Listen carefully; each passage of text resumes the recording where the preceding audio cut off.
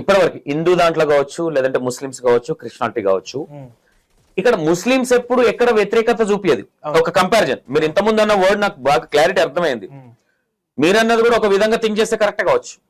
అన్నిట్లలో మిక్స్ అయ్యేటోడు ఎప్పుడు అందులో దూరుతాడు అంటే అది ఎందుకు దూరుతాడు అనేది నేను ఎందుకు నాకు అర్థమైంది అంటే వాళ్ళ మోటివేషన్ అట్లుంటది కాబట్టి. ఆ పాయింట్ నాకు అర్థమైంది, క్లారిటీ ఉంది. ఎందుకంటే నేను స్ట్రాంగ్ ఉండొచ్చు, నాలాగా అందరు స్ట్రాంగ్ ఉండదు కదా. అదే కదా ఆ సమానత్వే. ముస్లిం వాడుగా పుట్టినప్పుడు ముస్లిం గానే చనిపోతున్నాడు, క్రిస్టియన్ గా పుట్టిన క్రిస్టియన్ గా చనిపోతున్నాడు, హిందూగా పుట్టినాడు మతం మారుతున్నాడు. ఎందుకంటే 90% ముస్లిం అస్సలు మారరు. అదే కదా, అది హిందువులలో లేదు. ముస్లింస్ చూసి మనం ఇన్స్పైర్ చేసుకోండి. ఇంకోటి నాకు ఇక్కడ ఒక క్లారిటీ ఇవ్వండి. ఫండ్స్ వస్తున్నాయి అన్నారు, ఎక్కడి నుంచి ఫండ్స్ వస్తాయి? వాళ్ళకు రకరకాల విదేశాల నుంచి వస్తున్నాయి.